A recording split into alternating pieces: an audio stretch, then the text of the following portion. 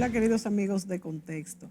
Amigos, hoy volvemos con el tema de la educación en nuestro país y vemos, a mi juicio, es que el estatus de la educación no ha cambiado mucho, este panorama en el que nuestros estudiantes ocupaban los últimos lugares entre los países del mundo, bueno, en la asimilación de las matemáticas, en lectura, en ciencias.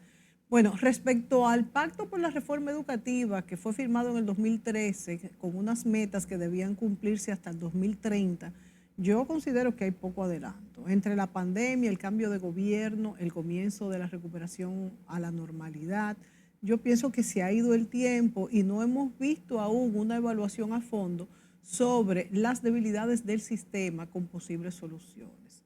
El objetivo general de la reforma educativa es alcanzar una educación que permita a los dominicanos desarrollar su potencial y que a través de este potencial se reconozcan como parte de nuestro colectivo social, de los dominicanos, y que nos integremos todos a vivir en igualdad de oportunidades.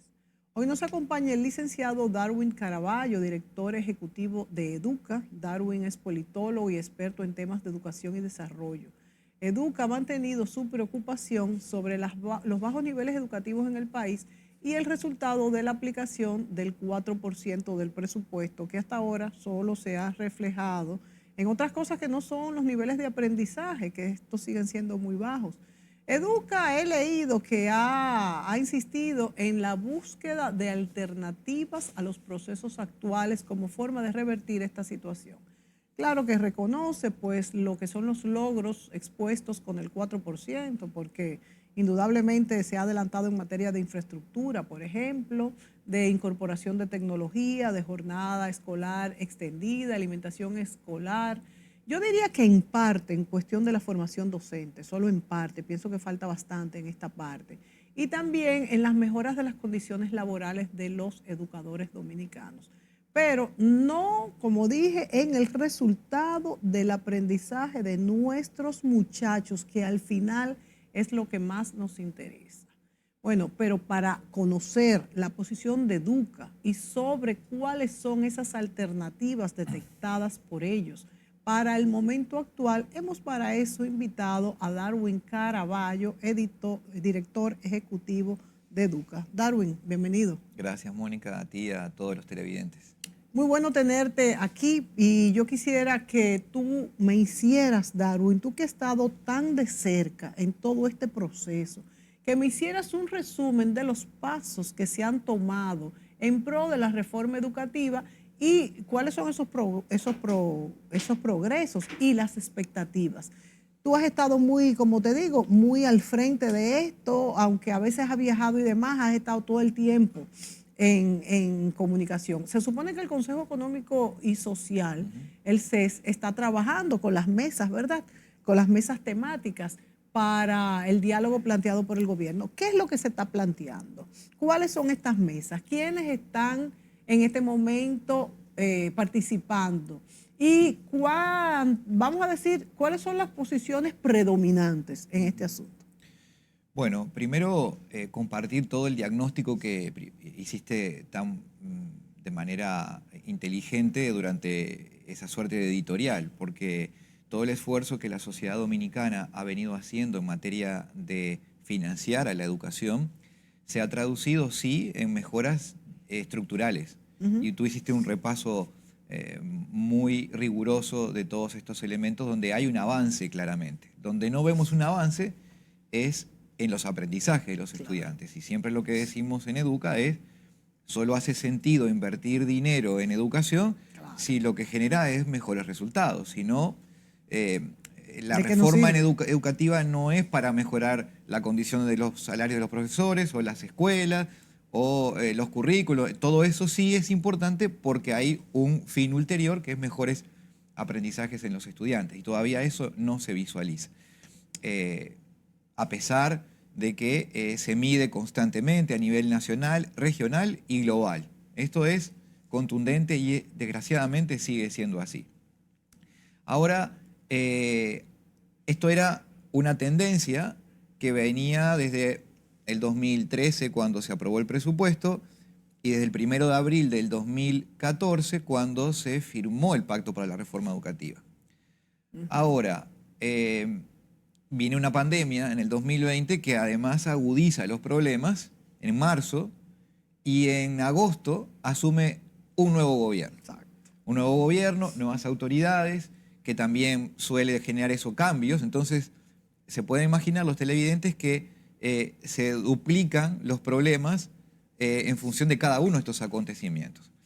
Algunos aspectos positivos de esta situación es que el Ministerio de Educación, ante la incertidumbre que significó la pandemia, tomó una acción proactiva y se animó a hacer las cosas diferentes, a innovar, a ensayar cambios, que fue muy bien recibido en primera instancia por las entidades más especializadas a nivel global. La República Dominicana estuvo siendo panel para un foro global, mostrando lo que se estaba haciendo aquí, porque sorprendió la rápida capacidad de respuesta del sistema.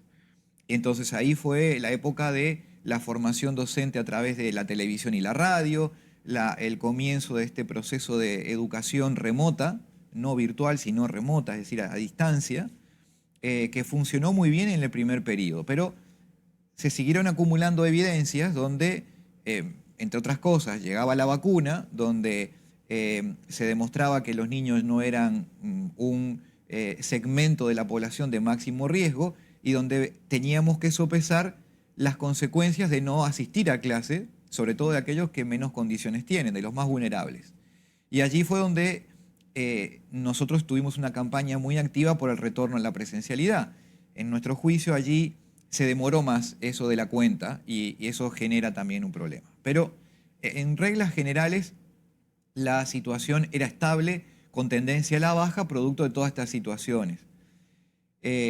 Esto es lo que nos lleva a nosotros a redoblar el esfuerzo por cambiar la forma en cómo se hacen las cosas. Entonces, cuando uno plantea reformas o modelos de cambio, que en la República Dominicana los hay y los hay buenos, hay que ser cuidadoso de que el modelo que se diseñe sea escalable al conjunto del sistema, porque de lo contrario lo que tenemos son experiencias muy buenas, pero que impactan a un pequeño grupo de estudiantes que luego no se ven reflejados en las estadísticas nacionales. Ese es el gran drama. A la realidad A nuestra. veces olvidamos el tamaño que tiene el sistema educativo en el país. Solo el sector público, 2.100.000 estudiantes, 18 regionales, 122 distritos escolares, pero además más de 7.300 centros educativos solo del sector público. Que como yo varias veces le he dicho al ministro de Educación, si él dedicara un día a visitar un centro educativo, le tomaría 19 años visitarlos a todos.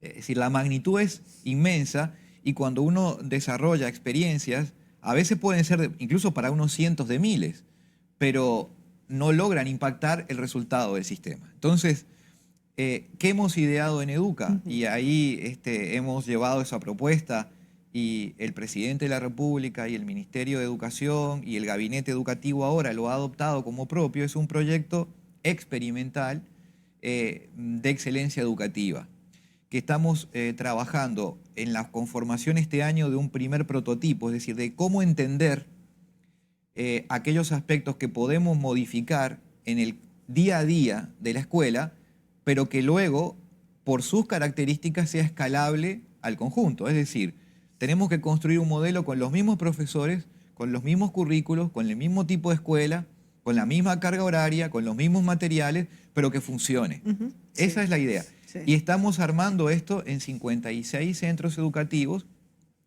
durante todo este calendario escolar, para probar justamente qué funciona y qué no para el año entrante, el año escolar entrante. A partir de agosto de este año calendario, estemos entonces iniciando un proceso de transformación profunda. ¿Eso en alguna región específica? ¿Cómo se escoge esta matriz? Estos 56 centros, que son para poder construir ese modelo, no es todavía el proyecto, es el preproyecto. Es la forma de construir este modelo. Trabaja en 56 centros de todo el país, al menos hay uno por regional. Digamos, tiene que ver con diferentes tipologías de cantidad de población, de lugares. Algunos son rurales, otros urbanos, algunos urbanos marginales, algunos son de una población numerosa, otros de pequeña población. Es decir, tratamos de reflejar la diversidad para poder tener elementos científicos de qué funciona y qué no. ¿Qué incluye esta muestra, este experimento que luego se replicará en forma y en fondo? Porque ambas cosas son importantes y contenido. Exacto. Mira, básicamente lo que nosotros hemos encontrado, y es algo que hemos hablado con los expertos de la vanguardia a nivel mundial, tanto de educación como de economía de la educación, con la pandemia se ha confirmado la obsolescencia o la caducidad del modelo anterior. Y esto nos obliga a admitir que casi todo lo que se sabía en educación está en tela de juicio. Entonces, acaba de publicarse un estudio muy interesante en Tennessee, en los Estados Unidos, hace poquitos días, una semana, que demuestra cómo uno de los paradigmas que teníamos hay que cuestionarlo. Por ejemplo, hasta hace muy poco tiempo todos decíamos en la academia que la educación inicial generaba las mejores condiciones para el aprendizaje futuro y por lo tanto los países apostaban a una política universal de primera infancia. ¿Qué prueba este estudio? Que solo en aquellos casos donde hay un modelo educativo de primera infancia alineado con las necesidades y los intereses de los estudiantes y la familia, genera resultados positivos. Pero el hallazgo más interesante es este otro, que en aquellos países o en aquellos sectores o centros educativos donde se aplica esa política no correspondida con la realidad de los estudiantes, no solo no tiene un efecto, sino que tiene un efecto negativo. Se puede evaluar que a partir del cuarto, quinto y sexto año, los estudiantes de esos tipos comienzan a perder protagonismo en su desempeño educativo, aumentan sus niveles de deserción y sus niveles de frustración. Entonces, esto nos dice que una política mal diseñada, no sustentada en la evidencia, no solamente genera efectos neutros y se bota el dinero, cosa que ya sería muy grave, sino que además genera efectos negativos. Pero entonces eso quiere decir que cada política educativa tiene que ser diseñada específicamente para el lugar de destino. En este caso para la República Dominicana, pero quizás también hay particularidades regionales. Exactamente, por eso... De manera que ese piloto tiene que ser muy bien diseñado en fondo y forma. Exactamente, por eso es que estamos haciéndolo con todos los cuidados, porque esto cada vez es más ciencia y menos intuición. Y esto es porque cada vez podemos lograr mejores datos que nos permiten leer con mayor precisión la realidad e ir contra nuestras impresiones intuitivas. Muchas veces nuestra intuición nos engaña. Esto pasa también en la educación.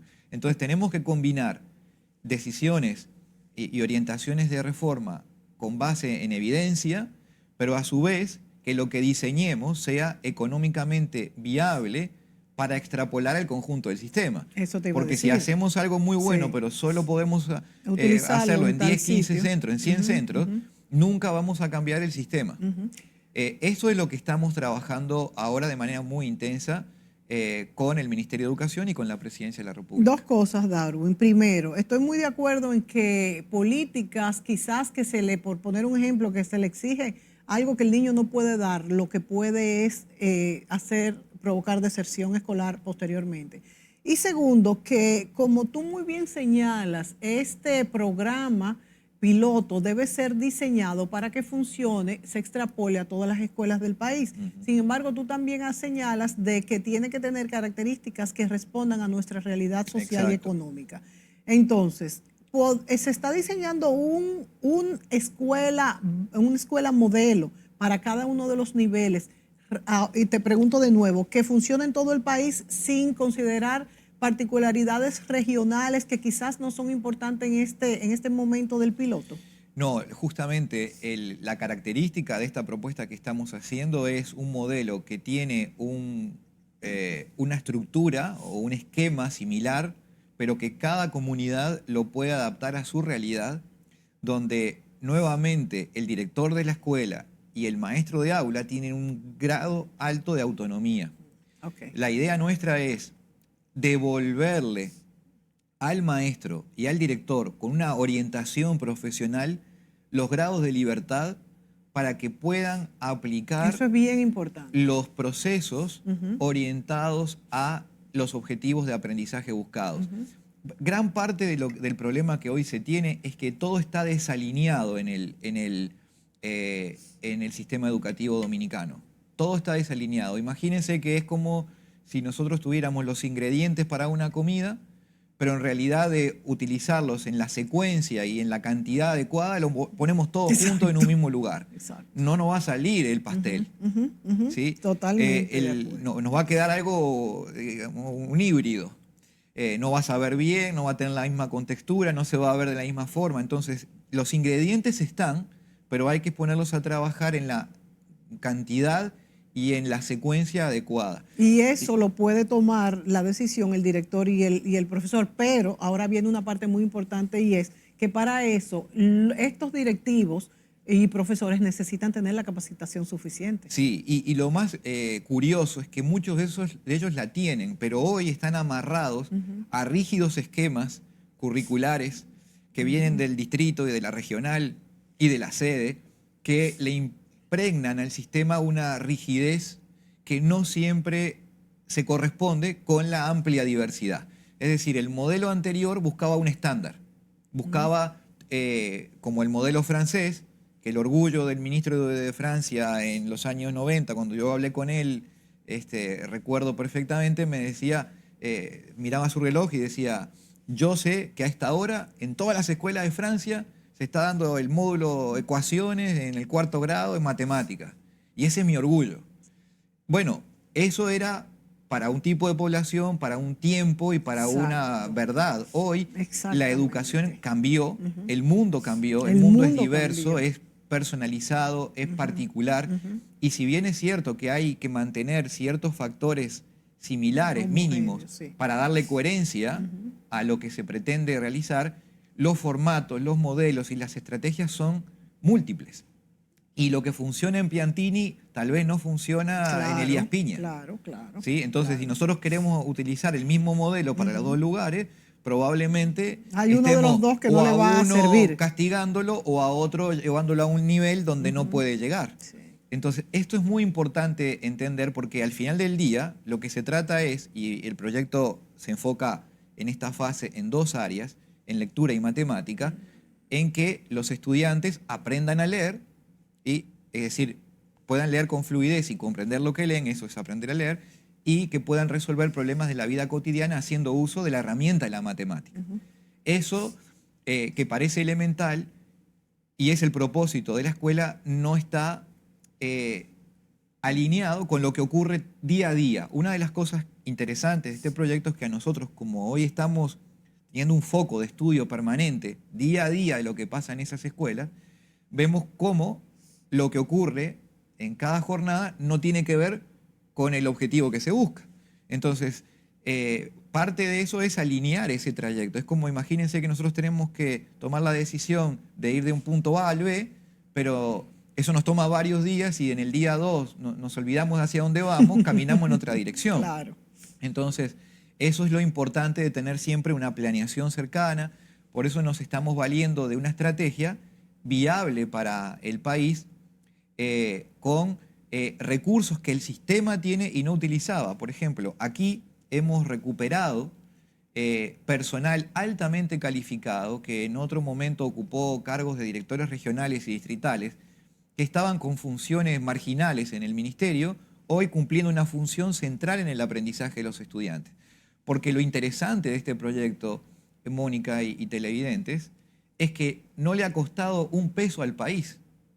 Es absolutamente con el presupuesto vigente. ¿Cómo se evalúan entonces estos profesores, estos líderes, que se pudiera decir también que estaban ocupando posiciones marginales para volverlo a entrar? Entonces, ustedes ya tienen esta estructura dentro del ministerio con una evaluación del personal, de los profesores, que también papel juega la ADP, que hemos visto que muchas veces está también totalmente desalineada de lo que ellos mismos quieren incluso. Claro, la idea es seguir cultivando y premiando un sistema basado en el mérito. Y el mérito, hay una única forma de hacerlo, es a través de un concurso transparente, objetivo, donde haya oposición y que el mejor candidato resulte para ocupar una determinada plaza. Sí. La ventaja que teníamos es que este personal que estaba en posiciones marginales hoy había ingresado a esos cargos a través de un proceso de concurso en el que Educa participó y conocíamos a esos profesionales. Echamos mano de esos recursos y hay que decir la verdad, estos mentores, como le llamamos, porque son verdaderos mentores de otros colegas, en su momento, cuando este proyecto finalice, tienen que ser reconocidos a nivel nacional, porque ahí hay un capital y hay un profesionalismo y una vocación que son dignos de admirar, haciéndose cargo de los traslados a los centros educativos, porque aún eso no está financiado dentro de la estructura del ministerio. Ellos van a sus costos, trabajan a sus costos, le ponen horas, apoyan a los docentes, porque está previsto en el esquema que tengamos coordinaciones a través de medios virtuales. Sí. Pero ellos dicen, Sí. es importante la interacción. Es verdad. Yo creo que al principio es muy importante. Y entonces ellos la van. interacción. Quiero decirte que el trabajo que están haciendo estos mentores, profesores de altísimo nivel que el sistema tiene, va a rendir sus frutos. Porque, ¿qué pasa? Hay que poner a las personas adecuadas en los lugares adecuados. Las organizaciones las hacen las personas. Y las personas adecuadas, con competencias adecuadas, generan los cambios. Totalmente de aquí acuerdo. hay que tener dos cosas, que sepan de lo que están haciendo y que tengan el compromiso con lo que hacen. Afortunadamente, en estos 25 mentores que tenemos en este grupo, en esta experiencia preliminar, 25, 26, ahora se ve eso y esa capacidad está en el ministerio. Lo que sucede es que no siempre tienen la oportunidad de darle al sistema y al país todo lo que son capaces de dar. Aquí Es hay una mucho noticia muy talento. buena esta que das, que tenemos mentores, como tú le llamas, de alta calidad Sí. y rendimiento, y que saben lo que está pasando porque ya tienen una experiencia. ¿Tú podrías dar o indefinir aparte como de, vamos a decir, las patas de esa estructura que compone este proyecto piloto? Porque tú has dado en el clavo, pero es algo que todos sabemos y no se hace. En que lo más importante ahora mismo es la capacidad de la lectura, entender lo que se lee y las matemáticas. De hecho, son los puntos, además de las ciencias, en los que hemos salido más bajos en las evaluaciones internacionales. ¿Qué va a hacer que realmente esto mejore? Bueno, parece como de perogrullo, como evidente, pero lo interesante de esto es entender que para que los estudiantes aprendan a leer en la escuela, al final del año escolar, lo que tienen que hacer es leer todos los días en las escuelas. Es verdad. Parece algo... Pero no se hace. Exacto. Entonces, ¿qué hacía el maestro antes? Va y da una clase magistral donde escriben la pizarra, los estudiantes transcriben, pero no se da una dinámica de lectura. Ahora, todos los días, al menos un momento en el día, los estudiantes trabajan lectura, independientemente de la materia, no en lengua únicamente, ¿sí? Que eso es algo interesante. O sea, antes se trabajaba la lectura en la materia lengua. Incluso en matemáticas se puede trabajar Pero claro lengua, que sí, porque un problema hay que leer, hay que algebraico. entenderlo para poder resolverlo. Exactamente, Sí. esa es la idea. Entonces, ¿qué estamos haciendo? Trabajando todo el tiempo lectura comprensiva. Y lectura comprensiva de todos los estudiantes. ¿Qué quiere decir lectura comprensiva? En que los estudiantes pueden ser capaces de decodificar el mensaje que está detrás del texto escrito y que lo hacen de una manera efectiva. Bueno, y que además adquieren fluidez y leen, por lo tanto ejercitan la lectura. Y lo mismo con los ejercicios de matemática. Pero no también solo en las horas de matemática. Si tenemos un trabajo de biología o de historia, podemos trabajar aspectos de la matemática. O sea, es la Podemos jugar, articulación de todo el sistema. Exactamente, esa articulación. Estamos muy ilusionados con que esto pueda funcionar en aquellos lugares donde funciona bien. Y también poder identificar, porque este es el objetivo del prototipo, donde no funcionó, por qué razón no funcionó. para poder justamente introducir los correctivos. Por ejemplo, hay cosas que son elementales también, que pasan en las escuelas y que a veces perdemos de vista, porque es algo tan elemental que creemos que a nadie se le puede ocurrir que eso no exista así. Pero, por ejemplo, si yo voy a una clase, Mónica, y durante mi año escolar me cambian de maestro 3 veces, y Claro. además tengo algunas semanas sin maestro o sin clase, ¿cómo pueden pretender que yo pueda aprender? ¿Cómo pueden pretender si a mí, en lugar de venir a darme clase un maestro de matemática, me la da un maestro que está graduado en español? Claro. Entonces, cuestiones que son elementales, que es decir, a ver, yo puedo asignarle una clase de matemática a un profesor que esté preparado para dar matemática. Porque si lo pongo a dar español, probablemente no me funcione. No, para nada. Bueno, esto es lo mismo. Hay cuestiones elementales que están pasando allí. Cuestiones que, digamos, tienen que ver con herramientas fundamentales. Y Planificar. supervisión. Claro. Supervisión. Hemos detectado oportunidades de mejora, como nos gusta decir a nosotros, en la planeación escolar. Los profesores planifican como un ejercicio que le pide el distrito, pero no como una herramienta que apliquen todos los días en su quehacer. Lo hacen por salir del paso, por cumplir un requisito. Exactamente. Entonces, a ver, me piden un informe de planeación, sí, y como le piden un informe de planeación del año, pasan una semana trabajando en esto. Y a lo Entregan eso. A lo mejor hay profesores que son profesores de matemática o de, qué sé yo, de lenguaje, y porque le queda cerca, porque ya están ahí, le dan la otra materia, se la da el supervisor, y esto es un desastre. Exacto. Entonces, estos temas es generar un poco de ese orden. Vuelvo al ejemplo que creo que es ilustrativo de poner los ingredientes en la magnitud y en la secuencia adecuada. Es un ejemplo que se utiliza para muchas cosas. De hecho, Darwin, nos vamos a ir a la pausa. Claro. Me gustaría que habláramos en el segmento próximo sobre qué está pasando con los pensum. Tú me hablas de que van a hacer hincapié en lectura y en matemática, pero como tú muy bien explicas, esto se puede hacer de hecho en varias materias al mismo tiempo. Pero también el mundo ha cambiado, los oficios han cambiado, los pensum se mantendrán igual. Nos vamos a la pausa y volvemos con este tema.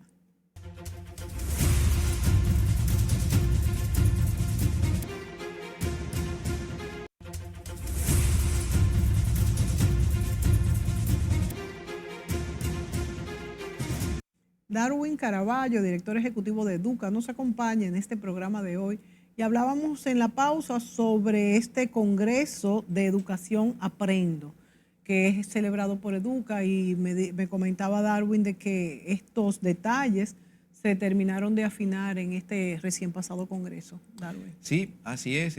Nosotros tenemos el Congreso Internacional de Educación Aprendo, que es decano en la región de los congresos del sector. 25 años 25 años se cumplió este último, Sí. no hay ningún otro evento que tenga esta vigencia y que además, producto de la pandemia, también se repensó y hoy llegamos a más docentes que en el pasado, porque hoy es un modelo híbrido.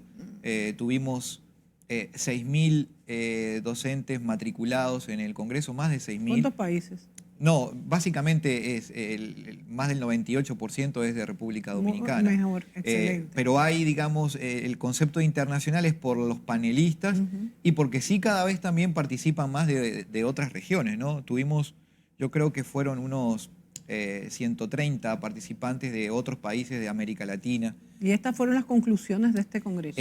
Claro, en el Congreso nosotros nos dedicamos a siempre pensar la vanguardia en educación. Viene madurándose desde hace tiempo, desde hace varios congresos, la necesidad de transformar la propuesta educativa, y ahora con ya este proyecto en marcha tuvimos oportunidad de trabajar en un simposio exclusivo con los docentes del proyecto presidencial para la excelencia educativa, con este que les mencionaba, donde estamos creando ese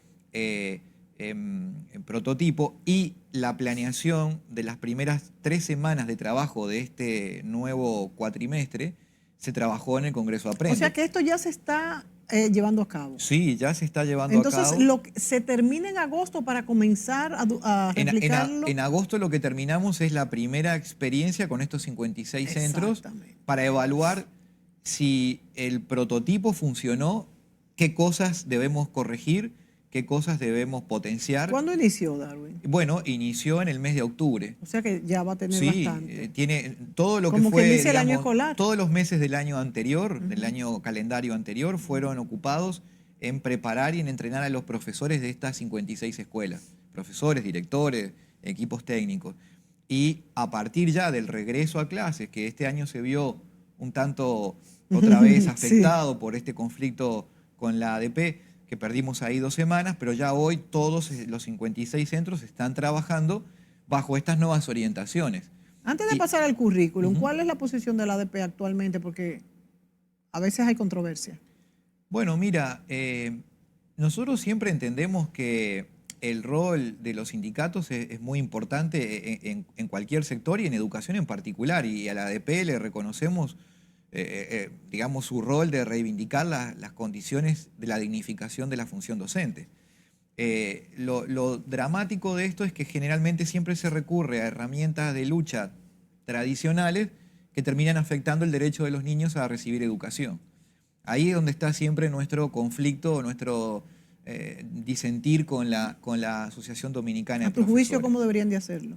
Bueno, que las reivindicaciones, que siempre pueden ser legítimas, deben mantener y respetar ese derecho a huelga, pero no afectar por ese derecho el derecho de los niños a recibir educación.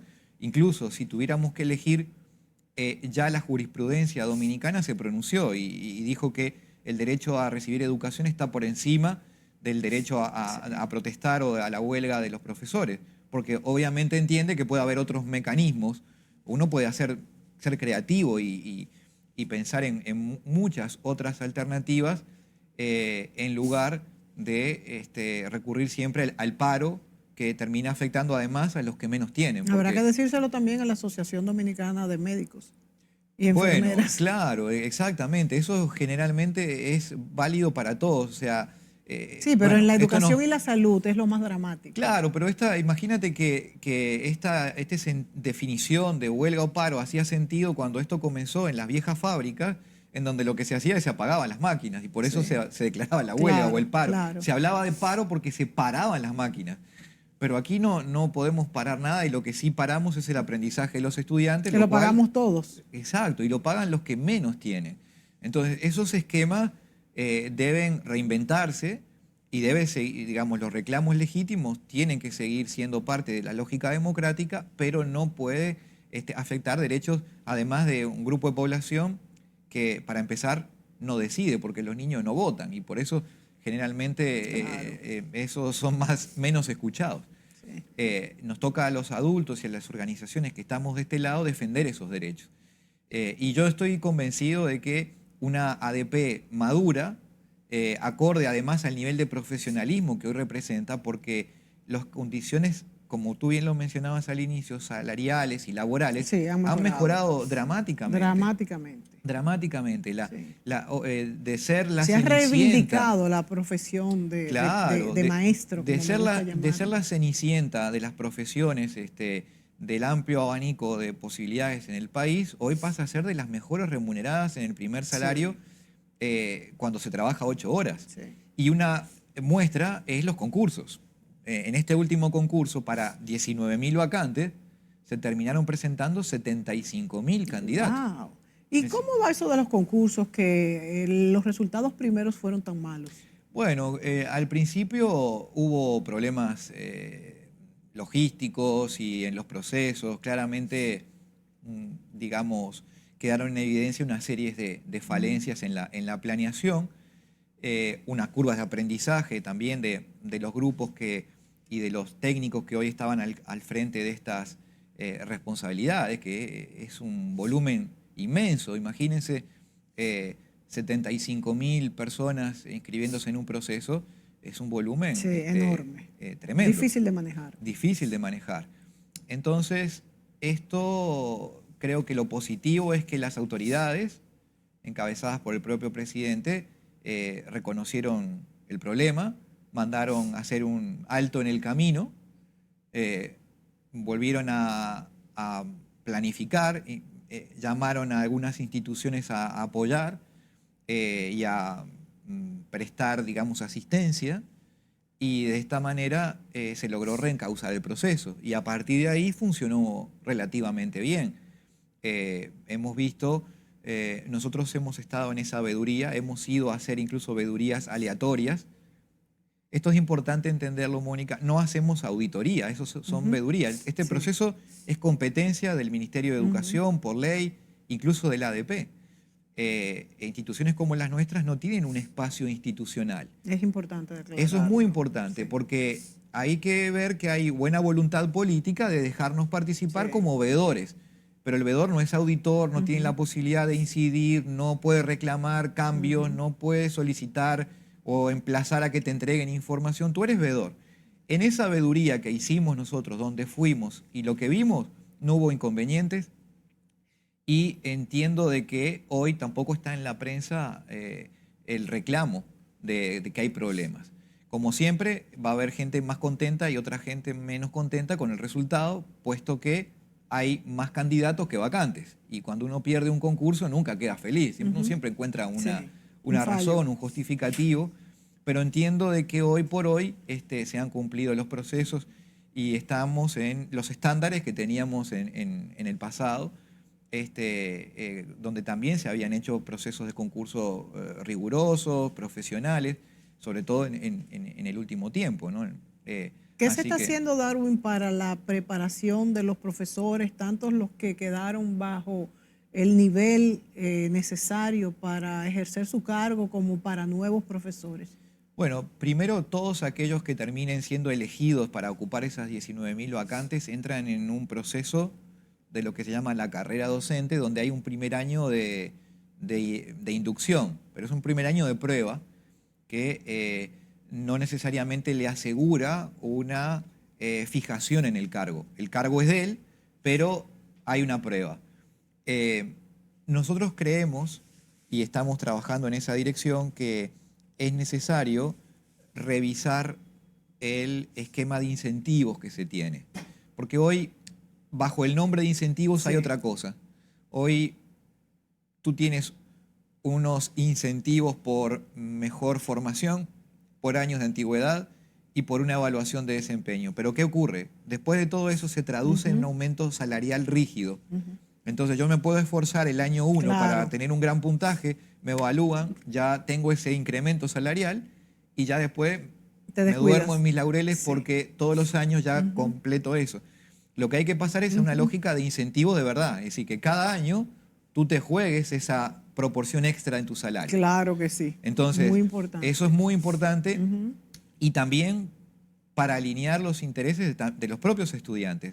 A veces nos olvidamos que si el estudiante no se esfuerza y no tiene un interés, por más buen profesor que tú tengas, tal vez no lo logres motivar. Entonces también hay que motivar por el lado de los estudiantes. Esto es creer en que los incentivos funcionan para las conductas humanas, lo cual está ampliamente demostrado, y diseñar una propuesta en esa línea. En eso estamos trabajando particularmente con la expectativa de que pueda comenzar a aplicarse a partir del año entrante. Fantástico sería eso. Entonces, háblame del currículum, Darwin. ¿Qué se ha hecho para ajustar el currículum a los nuevos tiempos y a las nuevas profesiones que hay, tecnológicas y demás, a lo que es la oferta de trabajo en la República Dominicana?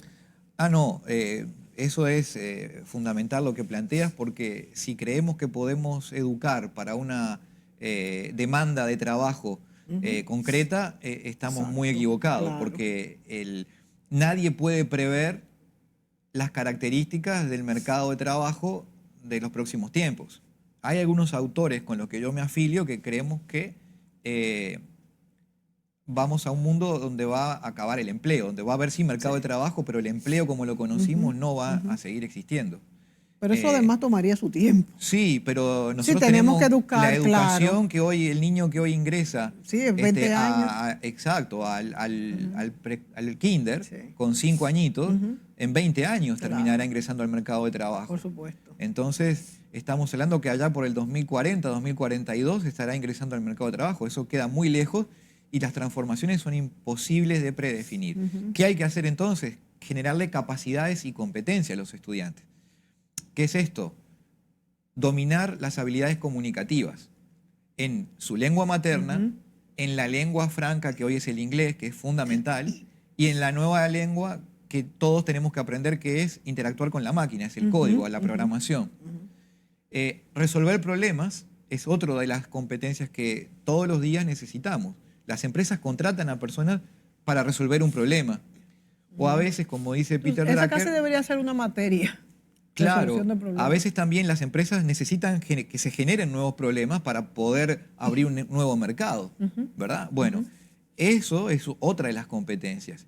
Y hay otro capítulo muy importante que tiene que ver con lo emocional, la inteligencia emocional de las personas, que es lo que te permite crear una cultura de paz, que es lo que te permite tener un cuidado de tu cuerpo y de tu salud mental, que es lo que te permite trabajar en equipo. Es decir, esa inteligencia emocional son los pilares, los tres pilares a nuestro juicio de una educación del futuro, que obviamente sobre esos pilares se van agregando complejidades a medida que tú vas escalando en la formación para luego ya en el bachillerato orientarte hacia tus intereses. Ese es el esquema en el que tenemos que trabajar. Todavía, si bien a nivel teórico en el ministerio esto está asumido, en la práctica hay un largo trecho por recorrer. En la práctica esto podría abordarse de muchas maneras, porque realmente no necesariamente tiene que haber una materia para enseñar por ejemplo, lo emocional, la resolución de problemas, e incluso la lectura, como tú bien decías, pero tiene que haber una planificación específica de cómo hacerlo. Y los profesores y directores son básicos para eso. Nos vamos a la pausa. Y me gustaría que me hablara si eso se va a traducir en el currículum especialmente o en los programas de las materias y cuáles son esos programas de esas materias nuevas. Nos vemos en segundos.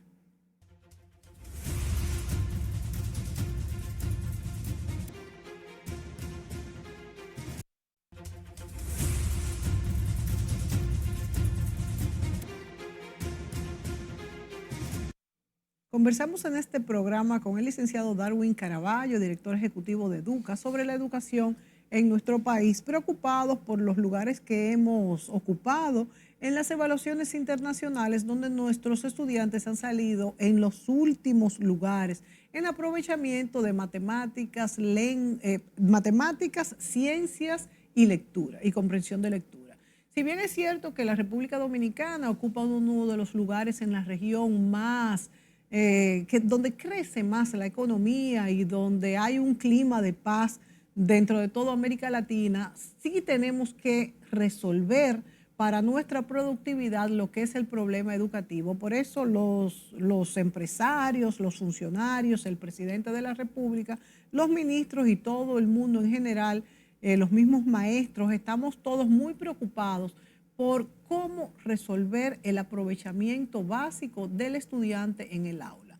Darwin Caraballo, como parte de Educa y como relacionado en todo lo que tiene que ver con las áreas del saber y la enseñanza, a ellos nos han contado que están implementando en 58 escuelas un plan piloto que podrá ser reproducido a nivel nacional. Entonces yo te pregunto en este segmento, Darwin, ¿cómo se está trabajando el currículum? No solamente el tipo de materias que se da, si es apropiado para esa educación necesaria en esta época donde ha cambiado muchísimo el tipo de vida, el tipo de trabajo, sino también el programa de cada materia, cómo se está trabajando esto para que sea apropiado, como dijimos en el segmento anterior, para que el joven, el niño, pueda tener una educación reflexiva y al mismo tiempo esquemática, pueda desarrollar, habilitarse para desarrollar estrategias. Sí, efectivamente, Mónica, conversábamos fuera de cámaras que no podemos seguir pensando en formar para una demanda de trabajo rígida. El mercado de trabajo es muy dinámico, es impredecible para el futuro y nos obliga a pensar en una educación basada en competencias. Entonces, el currículo dominicano, que está creado en lógica de competencias, sigue siendo muy intensivo en cantidad de contenidos. Lo que obliga a esto es a que el estudiante tenga un trayecto por ese currículo muy superficial. No puede llegar a las profundidades de los temas. Esto hace que apenas vea elementos básicos de un tema para saltar a otro y así sucesivamente. Por eso muchas veces decimos en educación menos es más, porque tú puedes trabajar menos contenidos, pero profundizar de tal manera en ese contenido que una vez que el estudiante sale de ese contenido para pasar al siguiente, lo apropió, lo entendió, lo hizo suyo. Y eso requiere de tiempo y esfuerzo. Eso no ocurre de manera milagrosa o por una transfusión de conocimiento dictando una clase. Esto es muy importante entenderlo porque en una educación por competencias, los contenidos son accesorios al logro de la adquisición de esa competencia. Y tal vez para yo adquirir una competencia determinada necesite un contenido y tú otro. Exactamente. Porque tú lo entiendes mejor el tema con ese contenido y yo lo entendí con este otro contenido. Pero ahora, eso dificulta mucho el proceso. dificulta el proceso, pero también le da al docente experimentado la flexibilidad para detectar cuáles son aquellos elementos con los cuales debe trabajar en un aula. Y como el producto ahora ya no es estándar, sino que es personalizado, tiene que recurrir a esta diversidad. Por ejemplo, ahí es muy importante traer a la mesa todos los avances de la neurociencia y de cómo aprende el cerebro humano. Y ahí volvemos a la importancia del maestro. Exacto. Entonces, un maestro bien formado, con herramientas y con flexibilidad para evaluar el resultado de su trabajo. No hay que evaluar el proceso de su trabajo. El proceso de su trabajo tiene que ser orientado, pero dejado a grados amplios de libertad. Y evaluar efectivamente si después de todo ese trayecto el estudiante fue capaz de aprender o adquirir la competencia que se pretendía. Es decir, en el caso de lo que estábamos hablando, si fue capaz de aprender a leer y comprender lo que lee o a resolver problemas con el uso de la matemática. Sí. Esos son elementos claves y desde esta perspectiva entonces las asignaturas pesan menos como tal. Más bien hablamos de áreas del conocimiento, hablamos de áreas que tienen que estar estructuradas, ¿sí? Con conocimiento secuencial que también, como sabemos, en educación la gran mayoría del conocimiento es acumulativo. Tú tienes que saber la unidad 1 antes de pasar a la unidad 2, ¿sí? Pero con esta flexibilidad de que lo importante es el resultado final, si fuiste capaz o no de adquirir la competencia. En eso también estamos trabajando en este proyecto. Este proyecto le da grados de libertad como nunca antes se había visto en la escuela al profesor, porque nosotros vamos a evaluar por lo que se evalúan las evaluaciones, que ese es otro de los problemas. El docente trabaja de una manera en el aula, acorde a una tradición y a una práctica, digamos, guiada más por las costumbres profesionales, y luego la evaluación que se le aplica a nivel nacional, regional o internacional no tiene nada que ver con eso. Entonces, claramente el estudiante y el proceso no lo preparó para afrontar ese desafío. Lo que nosotros estamos trabajando es para que cuando en esas pruebas se le pregunte al estudiante por lectura, o se lo haga leer o comprender un texto, sea algo que hace todos los días y que le resulta muy familiar. Claro. Lo mismo la resolución de problemas. Sí. También, cuando él se enfrente a eso, no sea la primera vez que lo ve, sino que sea algo que habitualmente realiza en el aula.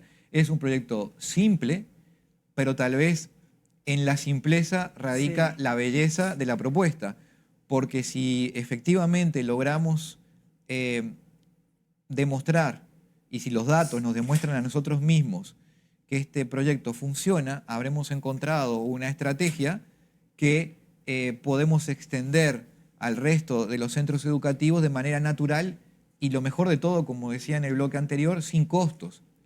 Mira, vuelvo a decirte, aquí la clave son que los maestros sean apropiados para ajustar los contenidos y para... Sí, pero los maestros dominicanos están preparados y la gran mayoría de ellos tiene una enorme vocación.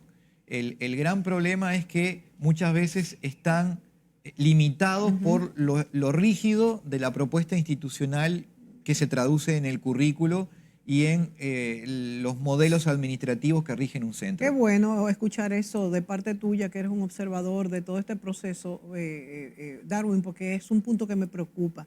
Otro punto que no hemos tocado es el contenido de las tandas extendidas, que si bien es un logro de nuestros gobiernos, porque tener la madre donde dejar el niño, el cuido y que sea un lugar seguro es un logro indiscutible. Sin embargo, también había muchas quejas de que no se estaba aprovechando para el desarrollo cognitivo del niño y aprender cosas o cultivar algunos hobbies como la música, la danza, el teatro, lo que fuese, o incluso para sala de tareas. ¿Usted tiene alguna propuesta al respecto? Sí, Mónica, nosotros creemos que la jornada extendida, la tanda extendida, es una propuesta que, a la luz de las transformaciones que hemos visto, incluso con la irrupción vertiginosa de la tecnología producto de la pandemia, debe ser repensada.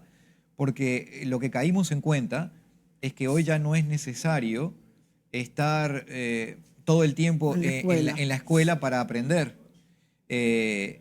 Hay un tiempo muy importante en la escuela que tal vez no necesariamente sea para el dictado de una clase tradicional, tal vez es para compartir, para trabajar en aspectos de desarrollo cultural, de valores, de arte, de expresión, de deporte, que es tan importante para las edades tempranas.